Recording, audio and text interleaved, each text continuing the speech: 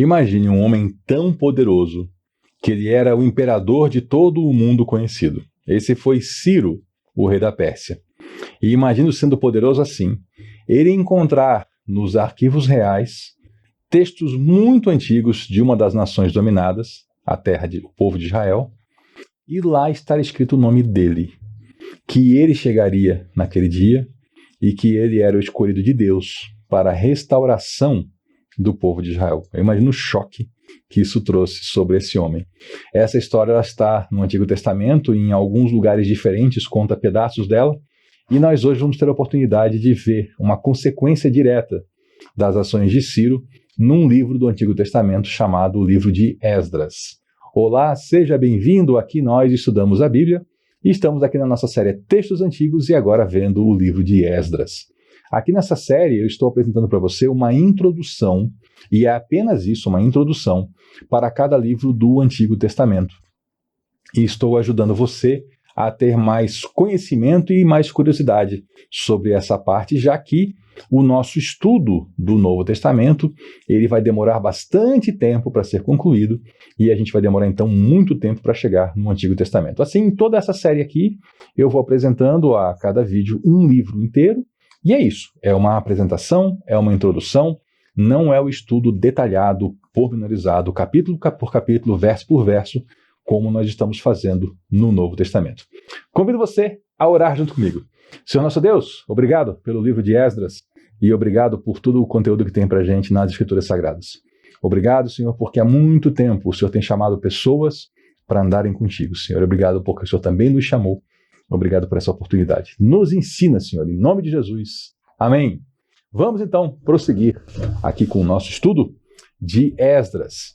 E eu convido você a abrir sua Bíblia lá no livro de Esdras para eu poder começar a lhe dar um panorama geral e apontar para você algumas coisas interessantíssimas desse livro. Não tenha vergonha, se você não consegue achar com facilidade, pegue lá no sumário da sua Bíblia, ache o livro de Esdras e vamos lá juntos. Então, o livro de Esdras começa dizendo que no primeiro ano do reinado de Ciro, rei da Pérsia, a fim de que se cumprisse a palavra do Senhor falada por Jeremias, o Senhor despertou o coração de Ciro, rei da Pérsia, para redigir uma proclamação e divulgá-la em todo o seu reino nos seguintes termos. E aqui, pausa e vamos conversar um pouquinho sobre essa história. Então, o livro de Esdras, ele é atribuído então a Esdras, que aparece só lá na frente no livro. O que o autor faz, né? Provavelmente foi Esdras, a gente não tem certeza absoluta disso, mas é o mais provável. Então eu vou tratar o autor como sendo Esdras, tá? O que ele faz? Ele primeiro, antes de chegar na época que ele está vivendo, porque ele faz um relato de viagem também, ele começa, para poder situar o seu leitor, ele vai contar fatos que aconteceram lá no passado dele, ou no passado para ele. Então o capítulo 1, ele está situado dentro da nossa cronologia, do nosso calendário histórico, se acredita que está acontecendo ali em 539 a.C. E o capítulo 2 já em 536 a.C., ou seja, 3 anos depois. Vamos lembrar que quando a gente conta o tempo para trás, antes de Cristo, quanto maior o número, mais no passado, tá? Então os números vão diminuindo em direção ao futuro. E aí Esdras, ele está falando aqui que falou em Ciro, falou em cativeiro, falou em Jeremias, e eu vou lhe dar um panorama. O que aconteceu? Quando Deus entregou a terra prometida ao seu povo, ele estabeleceu regras. E ele falou, olha, se vocês avacalharem, mas se vocês avacalharem muito, mas muito, eu vou tirar vocês dessa terra prometida e vou mandar para um outro lugar, para que vocês saibam a diferença entre me servir e servir a outros deuses. Aí lá, quem sabe, vocês se arrependem, e aí eu trago vocês de volta e planto vocês nessa terra. Por quê? O Antigo Testamento, todo esse panorama do Antigo Testamento, ele é para apontar para Jesus Cristo. Então Deus preparou um povo a partir de Abraão, seu amigo, para nesse povo entregar o Salvador do mundo, para que esse povo servisse como de fato serviu, como os evangelistas do mundo. Não vamos esquecer que quem levou o evangelho para os povos foram os judeus, os apóstolos, os seguidores de Cristo, sim. Então, Deus providenciou para o povo correções se o povo se desviasse do rumo. Então, primeiro vinham os profetas. Os profetas avisavam. Se o povo continuasse avacalhando, vinha um exército inimigo. Se o povo continuasse avacalhando, um exército inimigo vinha e levava o povo para outro lugar. E quando eu falo avacalhando, não pense assim que era uma aprontadinha, uma bebedeira. Eu estou falando de sacrifícios humanos, eu estou falando de degolar bebê, de queimar crianças em fogueira em honra a demônios, de estupros ritualísticos, de mulher grávida tendo a barriga aberta para ver o filho morrer na sua frente e ela morrer de hemorragia. Eu estou falando desse nível de barbaridade, tá? Se você duvida, leia a Bíblia. Vai direto no livro de Juízes. Você vai ficar horrorizado com o que você vai ver lá. Corpos esquartejados e pedaços de cadáver sendo enviados pelo país todo. A coisa estava brava. Tá? Então, quando eu falo que o povo avacalhava, você tem que entender que eu estou sendo moderado na linguagem, mas a coisa era muito pesada. Então, chegou um ponto que Deus levou toda a parte norte de Israel para o exílio. A Assíria era uma nação poderosa, levou.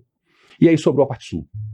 Na parte sul, ficava especialmente o pessoal da tribo de Judá, da tribo de Benjamim, um pouco da tribo de Simeão também, alguns levitas e alguns outros de outras tribos que viviam ali, mas especialmente o pessoal de Judá. E aí esse pessoal também foi se pervertendo, veio a Babilônia e levou eles para um cativeiro. E Deus providenciou um profeta, um homem chamado Jeremias, para falar sobre o futuro, porque o profeta não fala só sobre o futuro não, tá? Muitas vezes é sobre o presente mesmo. E Jeremias falou assim, Deus está me mostrando que esse cativeiro vai durar 70 anos. E que depois de 70 anos o povo vai ser mandado de volta para restaurar a terra de Israel e recomeçar. Então, quando começa aquela história de Esdras, a gente tem Daniel vivendo lá na Pérsia, na antiga Babilônia, depois que foi incorporada à Pérsia. Então, o livro do profeta Daniel, a parte final dele, ela coincide em época com o começo de Esdras. A gente tem, então, isso acontecendo ali mais ou menos na mesma época. Nós temos a história de Esther, ali já do meio para o fim do livro de Esdras. É mais ou menos na mesma época que está acontecendo a história de Esther, porque vão se sucedendo os reinos, né? Então, Esdras começa aqui contando a história lá de trás. Ciro, né? Ciro subiu ao poder, e aí ele é que soltou um edito mandando reconstruir, né? Ele até fala assim, assim de Ciro, rei da Pérsia, o Senhor Deus do céu deu-me todos os reinos da terra e designou-me para construir um templo para ele em Jerusalém, Judá. E aqui Ciro estabelece, então, a reconstrução e manda começar essa reconstrução. Segue. Quando chega no capítulo 2, é feita uma lista das pessoas que estavam no exílio e voltaram. Muita gente me pergunta, né? Poxa, e essas listas dá para pular quando a gente lê a Bíblia? Bom, dá para fazer o que você quiser, né? A Bíblia é sua, nós somos livres, mas eu não pulo. Eu gosto de ler nome por nome. Cada uma dessas listas, essas aqui, como está em Esdras, as de Crônicas, por exemplo, as listas que a gente tem, repetições que a gente tem no Pentateuco, que são os 5 primeiros livros da Bíblia, tudo isso eu gosto de ler e ler com atenção. Sabe por quê? Porque eu sou só um homem, e eu tenho um nome. E eu estou lendo aqui histórias, nomes de homens e mulheres que viveram em tempos muito antigos. E quando eu leio o nome deles escrito, sabe o que me faz pensar? Que o Senhor nosso Deus, ele se importa individualmente comigo e com você. Deus, ele não é simplesmente assim um Deus das massas, um Deus de conceitos abstratos. Ele é o Senhor da minha vida. Ele é o Senhor da sua vida. Ele se importa com o meu dia, com a minha vida cotidiana, com a sua vida cotidiana. E com todos nós juntos, porque aqui são nomes que estão juntos. Então eu leio sim, e eu leio com atenção, pensando como Deus é cuidadoso, que Ele se importa com cada pessoa, com cada nome, com cada um. Isso eu acho fantástico, fantástico. Eu não vou ler para você toda a história de Esdras, mas eu quero pincelar alguns pontos que eu acho que são importantes para despertar essa curiosidade, né? Lá segue, né? Então começa a reconstruir, o povo volta, vem um pessoal que vem de volta para Israel, eles trazem matéria de construção, trazem riquezas, o próprio rei designa muita coisa para ser devolvida ao templo, porque o templo foi saqueado, então ele manda listar os bens, as peças do templo e manda devolver. E aí começa, né? O pessoal levanta oferta voluntariamente, começam a ajudar, começa a reconstrução do templo, capítulo 3, e aí eles vão lá e no capítulo 3 eles têm um louvor de ação de graças, né? Deus é bom, seu amor a Israel dura para sempre. E aí então, quando chega no capítulo 4, a gente já está mais ou menos com 4 anos de história. é ali pelo ano 535. E aí vem os inimigos de Judá. Eles veem que está tendo uma reconstrução e eles ficam indignados, né? Eles ficam chateados com isso. E aí, o que eles fazem? Eles tentam contaminar a obra. Eles fazem uma estratégia de tentar se misturar. Ah, olha só, vamos ajudá-los nessa obra, porque como vocês, nós buscamos também o Deus de vocês. Gente, quem é que se refere a Deus como o Deus de vocês? É o nosso Deus, né? Quem realmente busca Deus é o nosso Deus. E temos sacrificado a ele desde a época de Esaradom, rei da Síria, que nos trouxe para cá. Esse era o pessoal que eles tinham vindo quando foi deportado o povo do norte de Israel, o rei da Síria mandou para lá um outro povo. E esse pessoal estava lá, e eles resolveram, então, vamos lá se misturar com eles. Mas a ideia aqui, gente, não era uma ideia boa, de dizer assim, vamos cooperar, vamos ajudar, vamos estar juntos. Não. O que esse pessoal fazia, a prática deles, era contaminar a religião. Era assim, nós te ajudamos, mas assim, olha só, você tem que abrir mão de algumas coisas da sua religião aí e se misturar com a nossa, entendeu? Você tem que aceitar aqui algumas idolatrias, alguns altarezinhos idólatras, entendeu?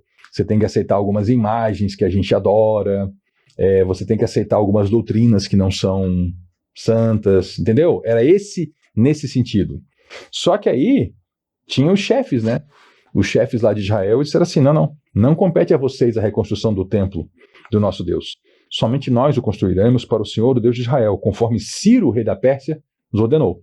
Eles tinham recebido essa ordem do rei da Pérsia, mas também tinham recebido de profetas.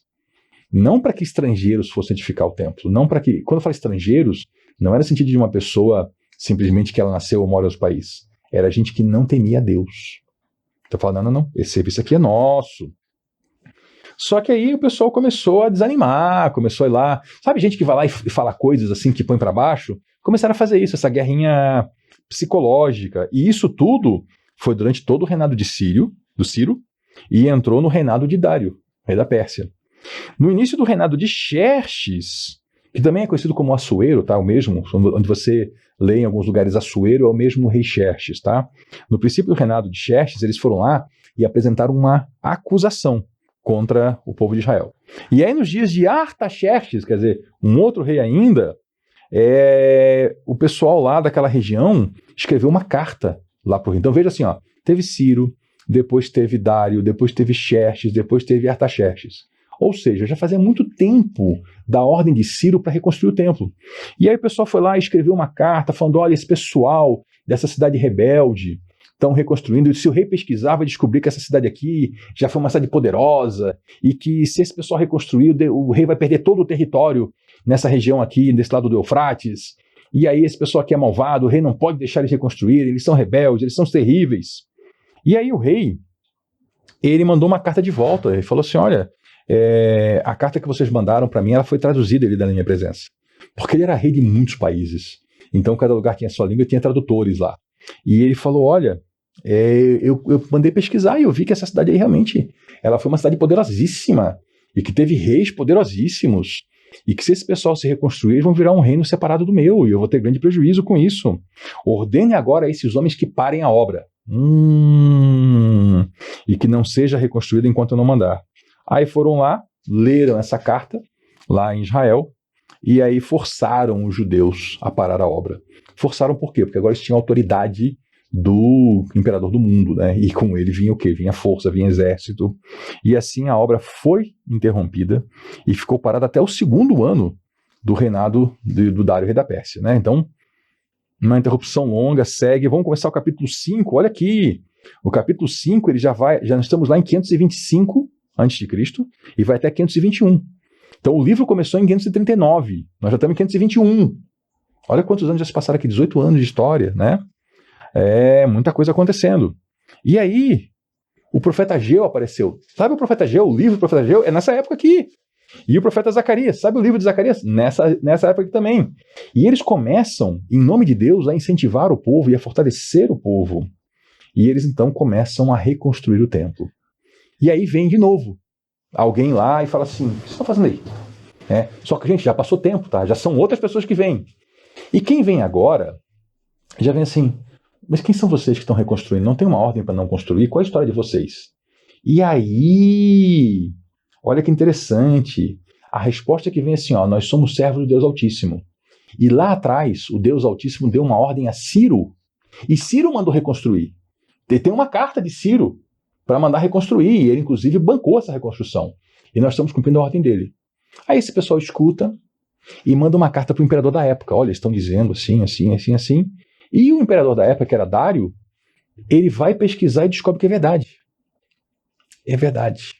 E aí ele manda escrever uma carta, ó, todo o pessoal aí se mantém afastado, que essa obra aí é santa, e ó, inclusive pode bancar essa obra, madeira, material de construção, dinheiro, para que faça-se bem essa obra e se faça orações em favor do rei e de sua família. Então vê que o jogo virou agora, né? E aí eles tocam, e ele ainda faz assim, ó, se alguém for contra, derruba a casa dessa pessoa, empala essa pessoa com a viga da sua casa, e seja transformada num monte de entulho, a casa dessa pessoa. Punição severa. Não é para se meter com essa obra, né? E a obra retoma. E aí o que acontece? Eles fazem o templo. No capítulo 6 ainda, eles dedicam o templo, celebram uma Páscoa ao Senhor, e finalmente temos então uma restauração na terra de Israel.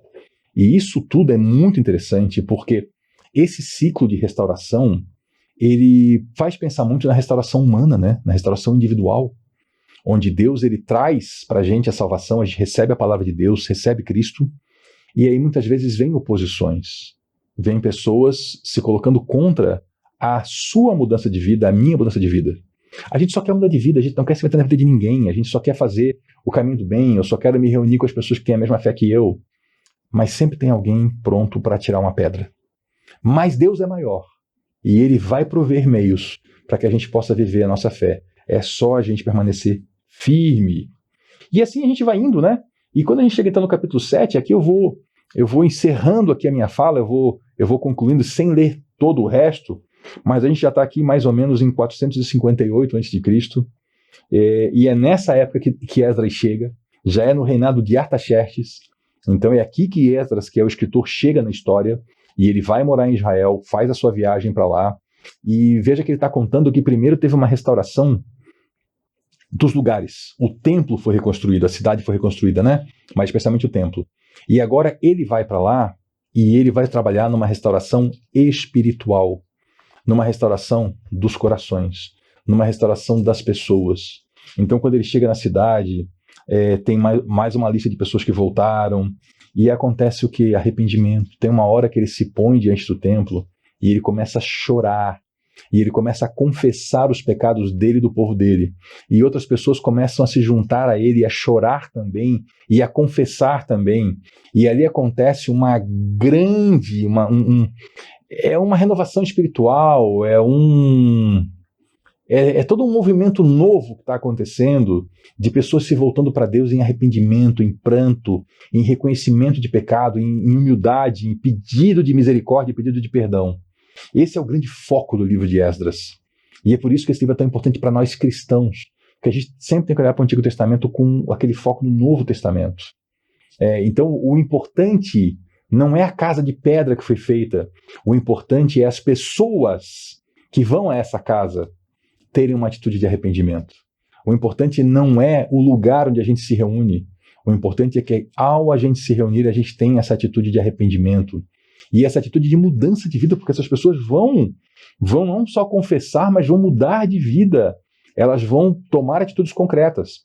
Tem toda uma parte aqui do livro que eu só vou tratar quando eu for fazer o estudo pormenorizado, que é o problema do casamento deles com mulheres de outros países que traziam junto os seus ídolos. E isso deu um problema seríssimo no país, e eles tomaram atitudes bem radicais em relação a isso, mas eu não tenho tempo numa introdução aqui para fazer isso. Isso é coisa para fazer em muitos vídeos, trazendo muita informação detalhada para que você entenda o contexto dessas declarações. E aí vai para o finalzinho, né? E aí fecha o capítulo 10 de Esdras, e aí vem Neemias, que eu não vou tratar agora, mas só para você ter uma noção, Neemias já se passa em 445 a.C. Então de 539 para 445, é já bastante tempo.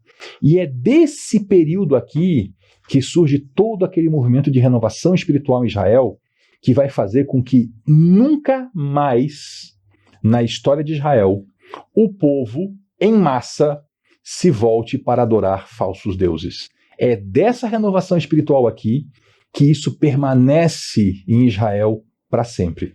E esse é o conteúdo que a gente tem que absorver no coração. E a gente tem uma renovação espiritual que permanece para sempre. E a gente continua caminhando com Jesus até o final dos nossos dias. Essa é a nossa introdução ao livro de Esdras. Muito obrigado pela sua companhia. Volte na próxima. E segunda-feira tem estudo do Novo Testamento. Volte aqui, porque aqui nós estudamos a Bíblia. Até lá.